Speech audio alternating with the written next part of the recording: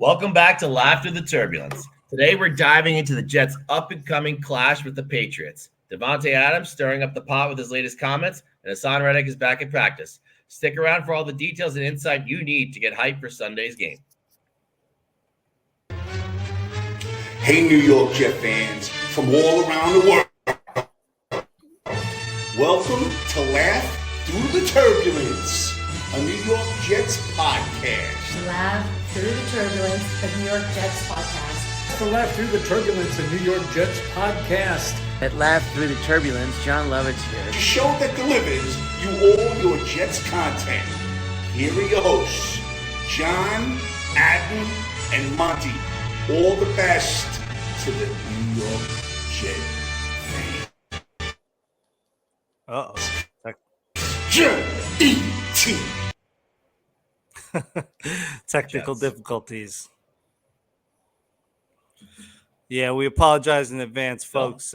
John's having a few technical difficulties on this day. New IT company used I'm using my regular computer for work, and I can't. Yeah. I had to grant access so I can gamble on this freaking thing. Go to gambling sites and all that. It was really annoying. John, that's what your phone is for, man. The important stuff. That's what your phone is for. Yeah, but bro. this thing is great. I got the fucking hyperlinks ready to go. I'm all good for that, man.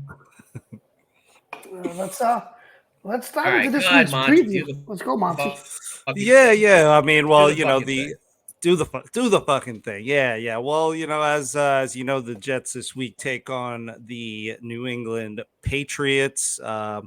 The Pats are 1-6, coming off of 6 straight losses. Jets are 2-5 with 4 straight losses.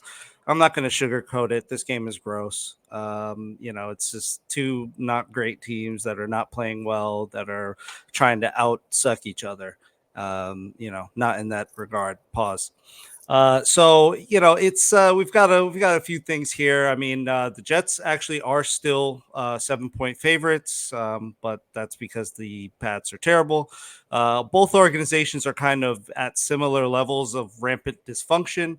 I think the Jets just have the better roster at this point. Pat's coach recently, Jared Mayo, called the team soft after their recent loss, which has kind of backfired and blown up in his face. And he's kind of getting, shots from all angles. I think Belichick recently kind of called him out. And, so it's not just the Jets that look bad these days. It's, there's a bunch of other teams that are having it tough.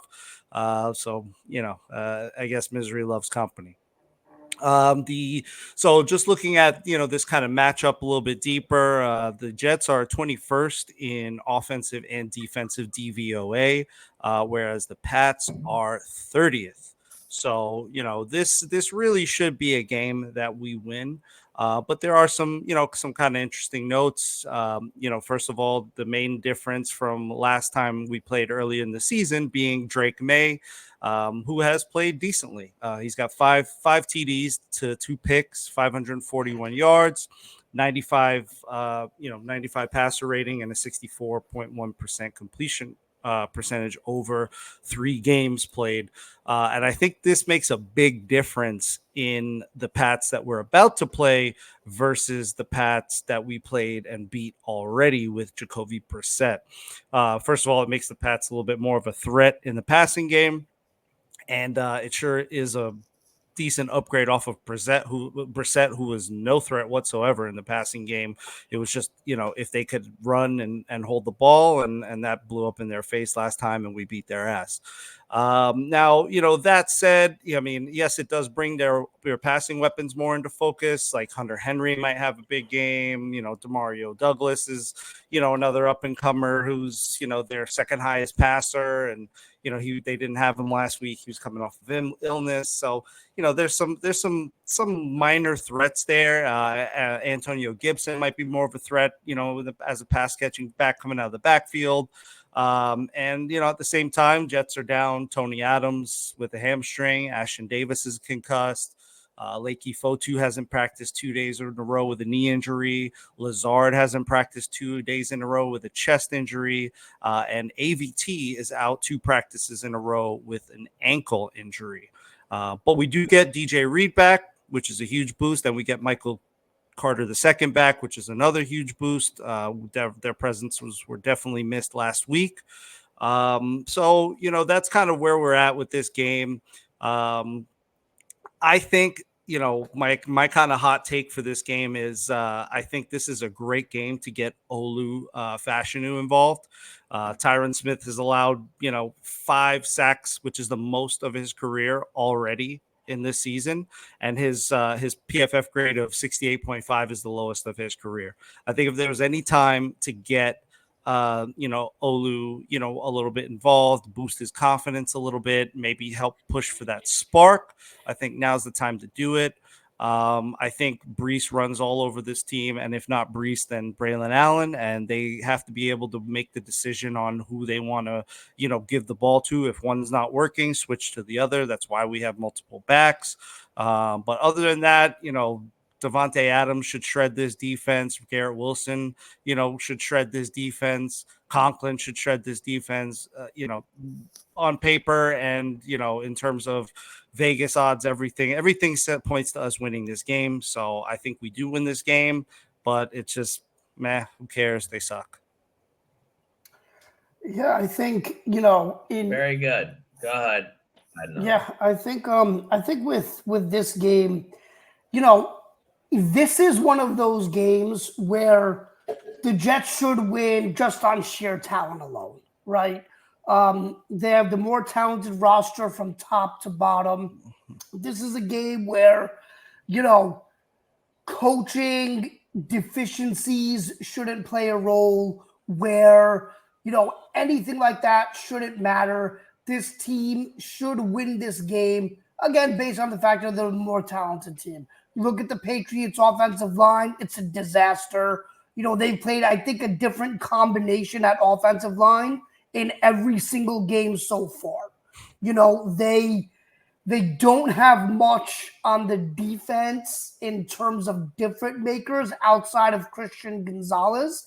And now they're going to have to pick, is he shadowing Davante or Garrett? The other one is going to eat. So I think that this team should win this game on Sunday. And I also believe that if somehow they lose this game, it's over. I mean, this is not only is the season over, I mean, I'm being facetious. Yeah, they become the most disappointing team of the season already. I mean, I think you just fold up shop for the season. I don't think there's a point in playing another game if you lose on Sunday. I'll take that. Fire everybody, and that's it. I'll take that further, just really quick to interject. I think you not only do you get rid of, I think you start getting rid of like 1-year contract guys, Tyron Smith. You start getting rid of Mosley. You start getting rid of these guys that are on these 1-year deals, trying to get whatever you can get for them.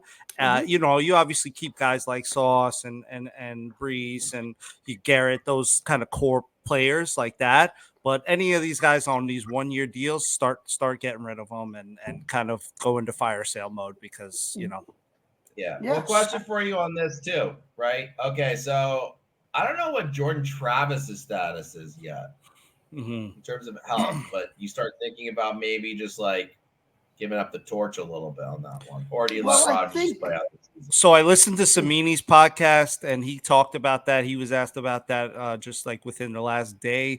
They said that he is running. He's not really. He's in the meetings, but he's not really doing any football-related activities. He's a non-participant. He cannot fully, even limited practice yet. So he is likely not a factor this season. Yeah, this is just going to be a complete redshirt year for him, so I think, like, he's out of the equation. But, I think that, if they lose this game, there's – Just kill me. Kill me at that point. If they lose this game, Monty, John, I'm going to take it one step further. If they lose this game, we should consider discontinuing this podcast. I know. Because what are we going to talk about? What do we talk about if they lose this game? So it's just, this is a game that you have to win. And I mean, even if you win it, you got the Texans coming up next on a short week. But and we can't just win. Let's not kid ourselves here. This has to be a whooping too. Yeah, because we already whooped this team, right? Yeah, if this is like the Denver game and they win 10-9, that's a disaster. Yeah. Fuck the Denver game. If this game is like the Titans game, that's a disaster. Even though we won that game. If we come out and look anything but crisp, talented, like we have our shit together, like we did the first time we played them, it'll be a huge disappointment. The ending score has got to be a solid 2 scores. We got to beat this team by at least 10 points, or else it's like an embarrassment. Yeah. I agree. Yeah, they need to fucking win. Just because, like, I can't. God, Drake May. Can you imagine if we lost to fucking Drake May and Bo Nix in the same season? No, I can't. I can't fathom it. And I can, which is what pisses me off, but I can't. I won't let that would be just hell on a. All right, so I want to say something about Tyron Smith since you brought that up, and that was very interesting. Mm-hmm. Because you want to basically swap in Olu, basically, right, for him for this game, because the Pats are not a strong opponent. Before you go, John, let me just say this: I don't think that's a move you can make on a game-to-game basis, right? Like, if you're gonna sit Tyron, Olu's got to play. Like, you can't be like, Olu's gonna play this game, Tyron the next game. So that's what I'm saying is you sit Tyron. I don't think it makes a huge difference this game if you put Olu in, and if he's good, then you continue with him. If he's bad, then you go back to Tyron, and then you stay with Tyron unless Tyron gets hurt. Yeah, it's just a little nuts, right? Because I'm just like looking at like his pressures that he's given up, basically, right?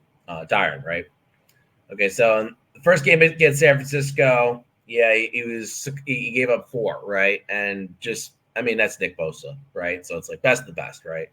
Next game against Tennessee, he was lights out, right? Patriots game, he actually got credited for 6 pressures despite that, and that was his worst graded game, despite us dominating, right?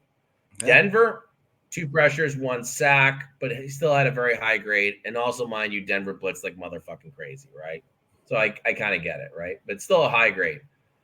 Minnesota, he gave up 1 pressure, and that was his highest graded pass blocking game. Obviously, the Tennessee game, he was just overall was the highest, but pass blocking was the highest in the Minnesota game.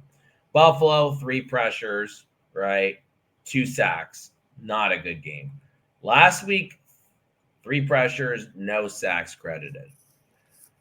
Now, I know we've talked about Tyron basically like occasionally not getting through a whole fucking season, right? Maybe it's a thing where he just needs a fucking day, a week or 2 off, right? And then, like, he's just back in the saddle fucking dominating again, right? Because it seemed like maybe that's just me on that one. Offensive linemen and defensive linemen, basically guys in the trenches, they deal with a whole lot of injuries that never pop up. You know what I mean? Or just, like, being banged up, right? And maybe there's a little bit of that going on right now, right? So maybe that's what it is with him. I kind of have confidence at some point he'll fucking be all pro again, right? I don't think – I mean, he's 30. He's younger than me and you. He's still young. That's crazy. He's 33. He's always going to be 34 by the end of the year, right? That's still for offensive lineman. That's still doable, right? So, I want to see him do it. I want to see one more of the Patriots, and then I guess it's a short week, right? Yeah, it would be a short week, and then but at least after the Houston game, you have a longer week to potentially prepare for, like, let's say Olu coming in, right? So, like, I think you're getting 2 more, unless there's injury, right? A real injury, right?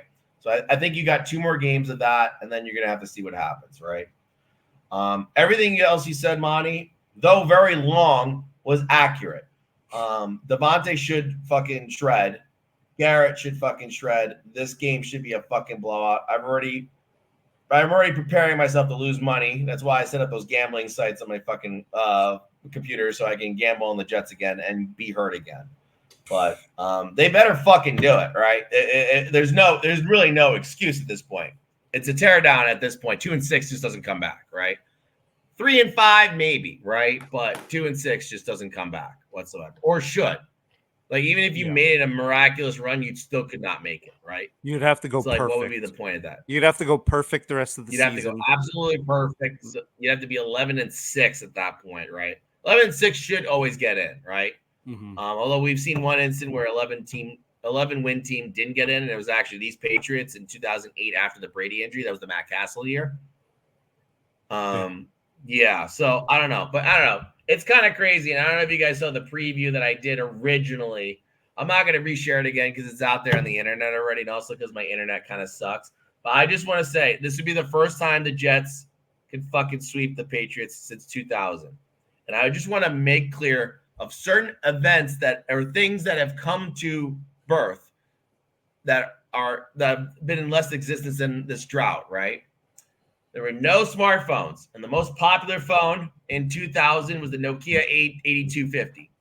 Okay, that's where you had Cat Up the Snake or whatever game it was. Okay, in 2000, only 500 million people were connected to the internet. Now it's 7.1 billion.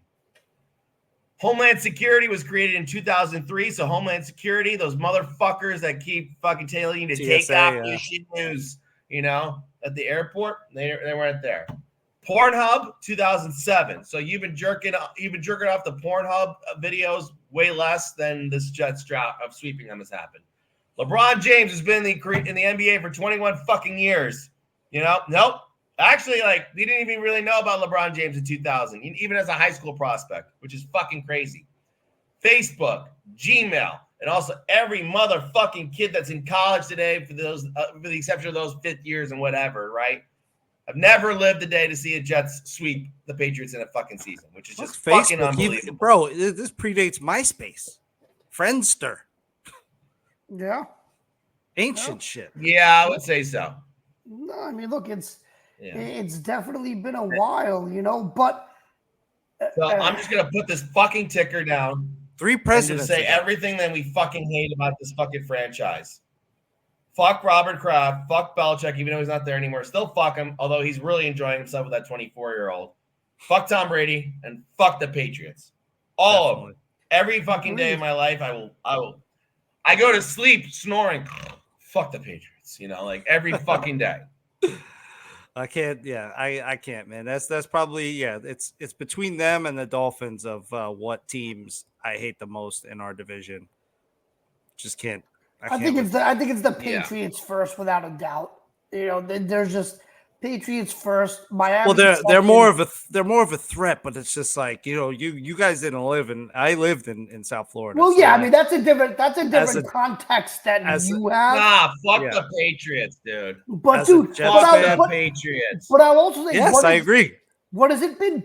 25 years since the Dolphins have won a playoff game?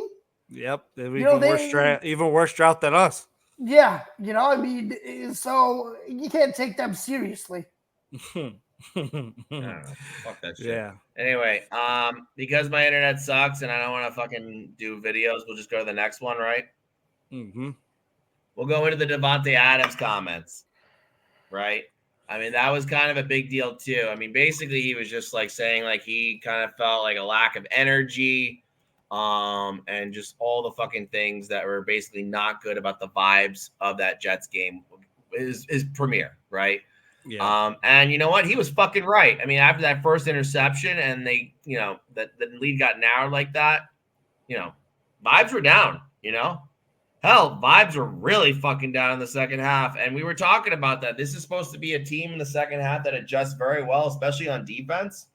And they just didn't. There's just no energy. It just felt like they were defeat. They lost. It felt like they lost going into the half despite having a 2-point lead. Yeah, man. I mean, listen, I just wanted to read part of it, right? So he says, obviously, there was a lack of energy and urgency out there. It was apparent. I've played on teams that have that winning culture. Basically, I took a moment to let them know. I had reservations about speaking up too early and being too vocal too early, but in my mind, I said, F that, because we don't have the time. I've got to do whatever I've got to do to help this team move forward. I wouldn't be able to sleep if I didn't speak up on it. Like, this is crazy to me. This guy's been here for 5 minutes and already he's sick of the Jets shit. And already he's like, nah, we gotta switch this up. So I'm a little torn because on one hand, I love it, right? I love that a winner is coming in and being like, nah, this is not me. I don't come to loser teams. I don't play on loser teams. I don't deal with loser shit. And I love that. I love that so much because the Jets need that kick in the ass. But on the other hand, that like is just it's such an indictment of the Saleh, regime, what the culture is, what the culture's been, how deflated things are. I said it while we were all talking, we were kind of live chatting during the last game. What did I say? I said the sideline looks defeated. These guys are done. And that was like halftime or like third quarter or something like that, before we were even really getting blown out. Like, I already was like, the sideline just looks like they gave up. And, obviously he was in there. And I'm just kind of like dumbfounded, baffled, flabbergasted, every fucking word you could think of, because, this guy has just got here and already he's having to step the hell up and take control and being like, nah, this is not what we're doing. I do love that. Rodgers, I think, said it was one of the best speeches he's heard in a locker room in 20 years. So that was awesome. But damn, it's kind of scary that I hope though that it's the moment. Like, I think the Mets had a moment like this. I don't really follow the Mets, but I heard about like, yeah, they did. They had a moment like this where they weren't starting off too well, and then they called like a meeting or something like that. And I hope that this is that moment for us. I hope that we're looking back at the end of the season like, damn, thank God Adams stepped the fuck up and someone, because I saw Damian Woody recently, and he was like, someone in that locker room has got to be a leader. Someone's got to put their foot down and say enough is damn enough. And I think that was the moment that he was talking about that just happened. So hopefully it's a turning point. For me, the frustrating thing with this, right, and this is kind of exactly what I said in our last episode in terms of comparing Aaron Rodgers and Jalen Brunson. The most disturbing thing to me is that this should be Aaron Rodgers, right? The quarterback of the team, the first ballot Hall of Famer, a top 5 to 7 quarterback of all time. He should be the leader. But realistically, I don't know if these guys can trust him because he'll throw him under the bus like he did Mike Williams.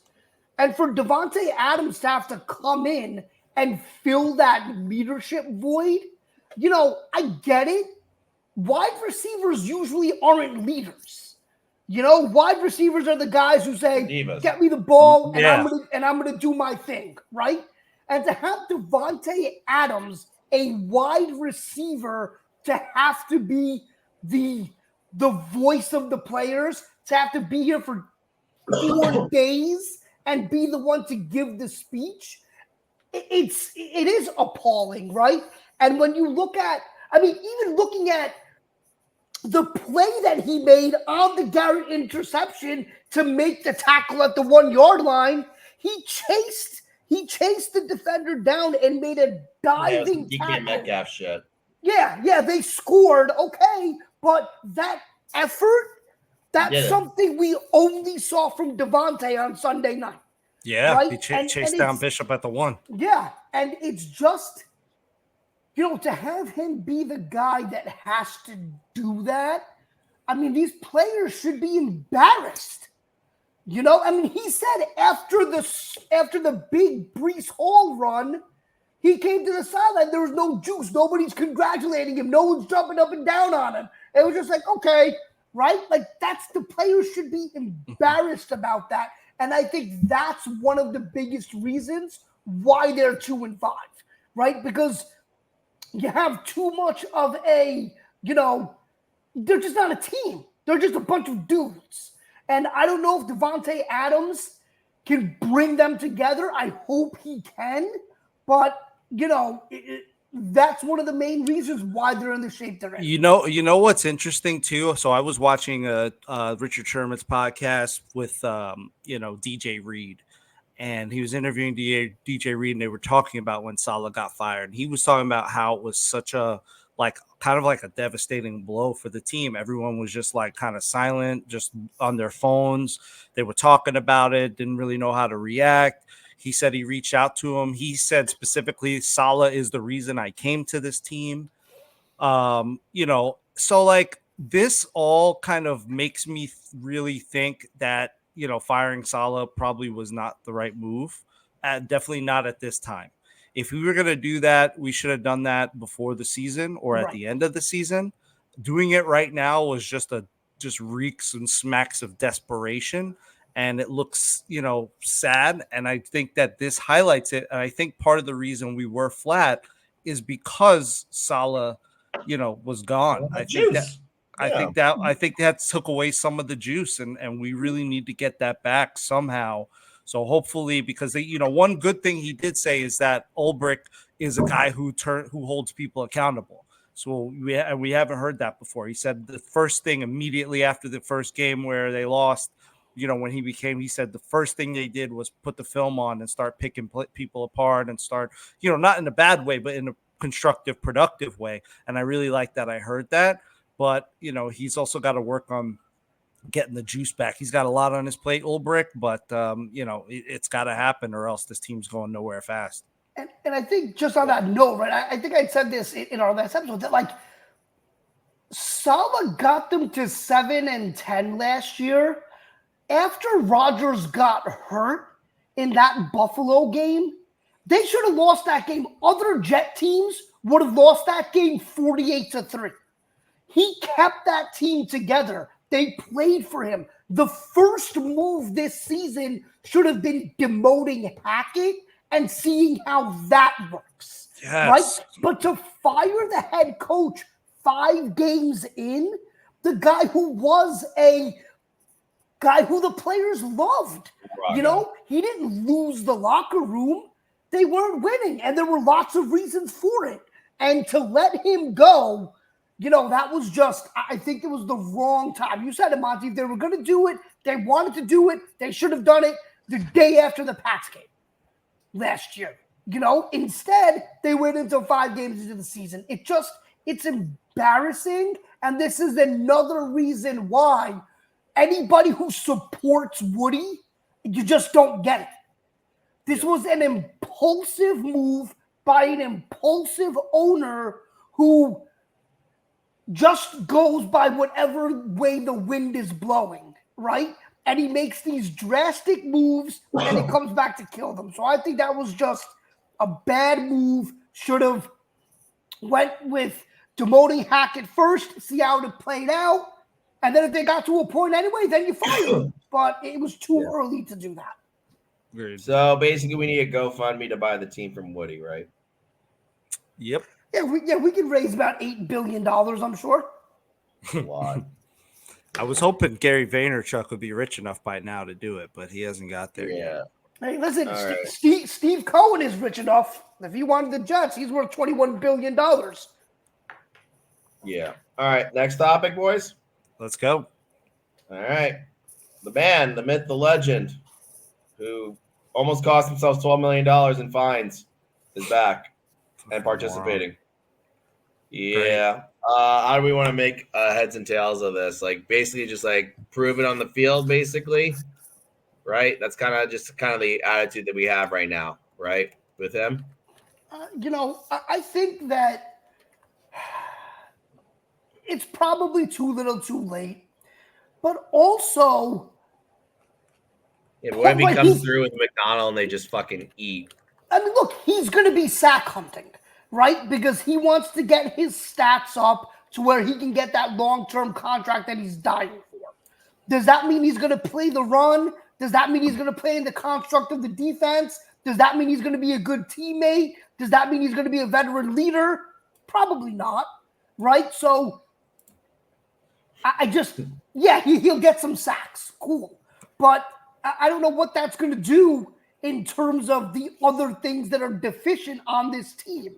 specifically the run defense. We have to see if he's going to be invested in playing the run. I don't know. And I just think it may be too little too late on his end. Yeah. Right. I mean, I think, No hope. I think anything's an upgrade from what we've seen out of Michael Clemens so far this season. I think Clemens is just a scary looking dud that he should just be a bouncer somewhere at some nightclub or something. He's just a scary giant guy that isn't very great at football, unfortunately, as much as I like him as a person, but I don't know. Really like him as a person. We just like the idea of him. Yeah. He seems like an intimidating, like enforcer type, but in reality, we like that. I mean, he didn't come on the show. He's just kind of a whatever guy, and I'm just like, I don't even know if he should be on this team anymore, to be honest. But whatever. So yeah, I guess I'm kind of glad. I mean, listen, Reddick is the best run-stopping end that we have now, or edge that we have now, which is not a huge upgrade from what we had. It would have been much better if we also had JJ and all these three guys were swapping in and out, and I also wouldn't have lost my stupid bet to John. But other than that, yeah, I did, because you did lose your bet to me. What was the bet again? JJ and Reddick. The 8 sacks, over 7.5 sacks for Will McDonald for the year. Yeah, $100. Right. Yeah. Wow. Which right here, bitches. Boom. Look at that, Benny. He's like, hey, John, how you doing today? I'm doing good.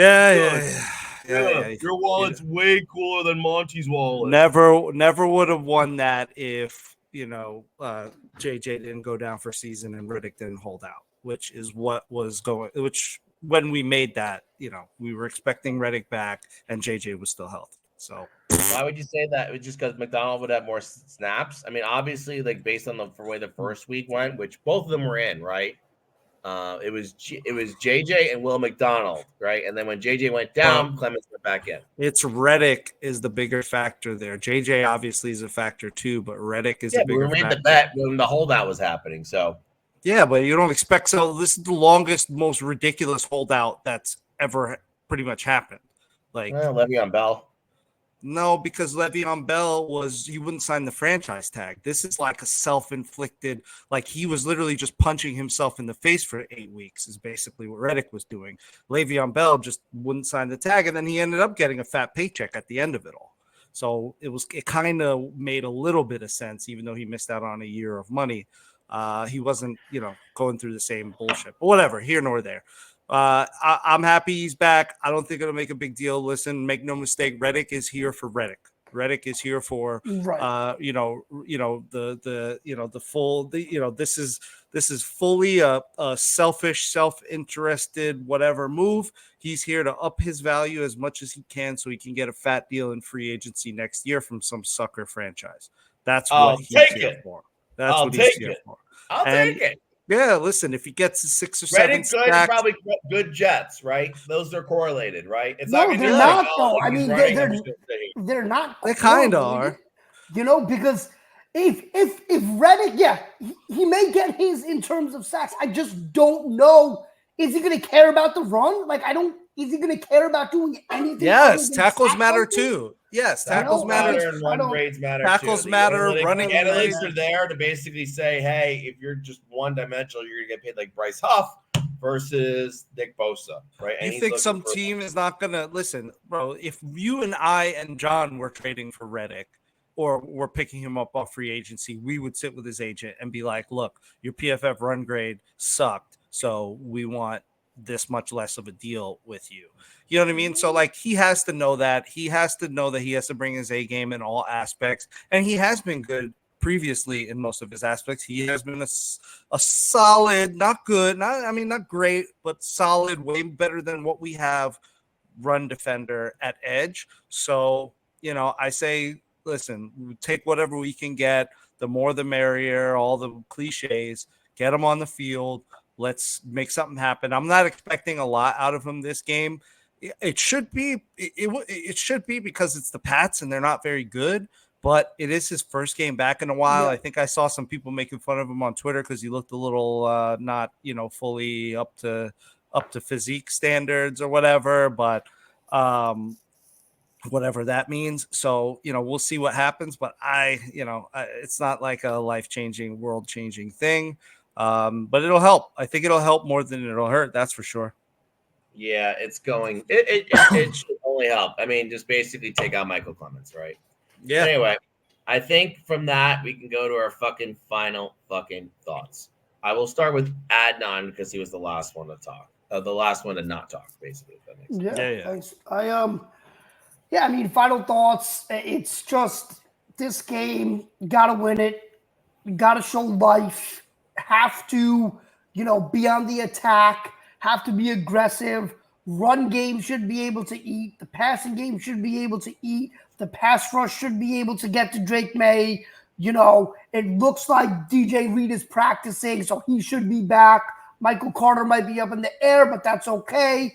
Sauce and DJ Reed should be able to shut down these wide receivers for the Patriots. So this team has to, turn it around, and it has to start with Sunday. So we'll see. I just, I don't know where they go if they lose, but hopefully we won't have to even think about that. That's really all I have to say. Yeah. Attaboy. So my real final thought is, how did we fucking get here? But I'm not going to get into that because I could talk for a while on that, and maybe that might be a separate video or something. But, I just am still so dumbfounded that this is where we are after 7 games. I just really want us to at least just turn it around and be competitive. Like, I hope so badly that we are the 2022 Lions reincarnated, where at least at minimum, which is, which is a respectable season, and they were able to spoil their division rival from getting in the playoffs too. So I hope that the Pats aren't the ones spoiling it for us, because they could really be a spoiler here if they play, if they do what they need to do. Hopefully that little remark by Gerard Mayo, got them all in their feelings and in their head, and they really are soft. I hope that is true. But we just need to turn it around. And, again, if the Lions were able to start 1-6 and then end up 9-8 on the season, I think it is still possible for the Jets to turn it around at 2-5 and maybe make a shot at a wild card spot, which would just be fantastic. I don't have high hopes for that, but I just wish and hope that it would happen. But we'll see. It's, as Roger said the other day, you got to win 1 game before you can win 10.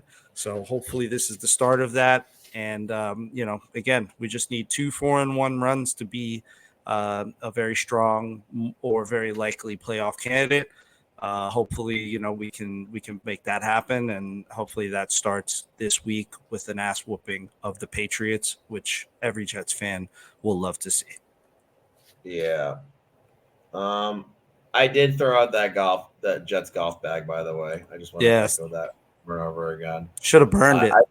I posted it on the fucking the channel, so you guys can prove it out. Just throwing it out real quick. Yep, that's a dumpster right there. That's the dumpster. Me trying to juggle a fucking camera and all that.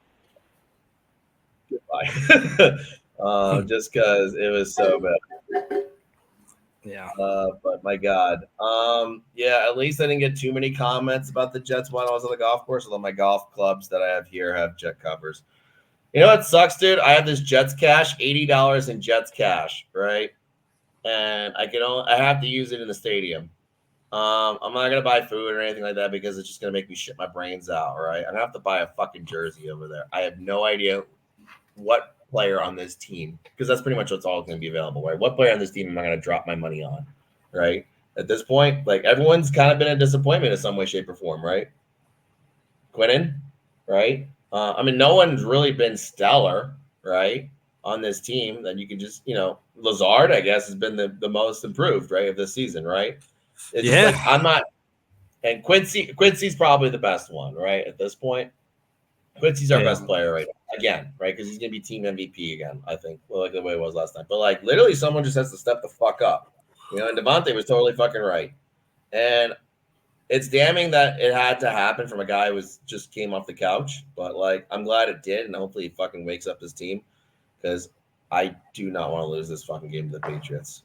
I really don't. I fucking hate the Patriots so much. I hate their fans. I hate their fucking stadium. I hate my friends that are Patriot fans secretly. Like, I really do. And I have a bunch of them. I'm going to mention Doug. I'm going to mention Sanford. I don't like you guys. I'm just in the fantasy football league with you guys. I don't give a shit that you're having kids. I don't want to see those kids. I thankfully have pretty much zero Pats friends, maybe one. Grew up in the Northeast. Anyway, True. I don't think I have to say it again, and I should have changed this to also just say fuck the Patriots, fuck the Patriots, fuck the Patriots. But you know what? Dolphins and Bills, yeah, whatever. But no, we have the heading over there. Yeah. Fuck them. Thank you for watching. Like, comment, subscribe, and buy our swag. Laugh through the turbulence. Swag is now live and ready to make you look as good as Aaron Rodgers throwing a deep ball. Click in the bio to find out where to buy it. Get yours today and rep the green and white in style. And remember, wearing this swag doesn't make you look awesome. Actually, it increases our odds of the Jets winning. Well, maybe not, but it can't hurt to say that, right? Made probably from the finest child sweatshops from around the world that we do not endorse but still appreciate. Buy our swag today. We're giving you free content. Now it's time to empty your pockets and buy the stuff you don't need. Don't have a job? Well, you've got a kidney, right? Sell it and buy our swag. See a defenseless old lady with a purse? Take her purse and pawn it and use the money to buy our swag. Got some money tucked away for your kid's college fund? Empty the account and buy our swag because your kid is just going to waste that money on a gender studies major anyway. Buy our fucking swag, dude!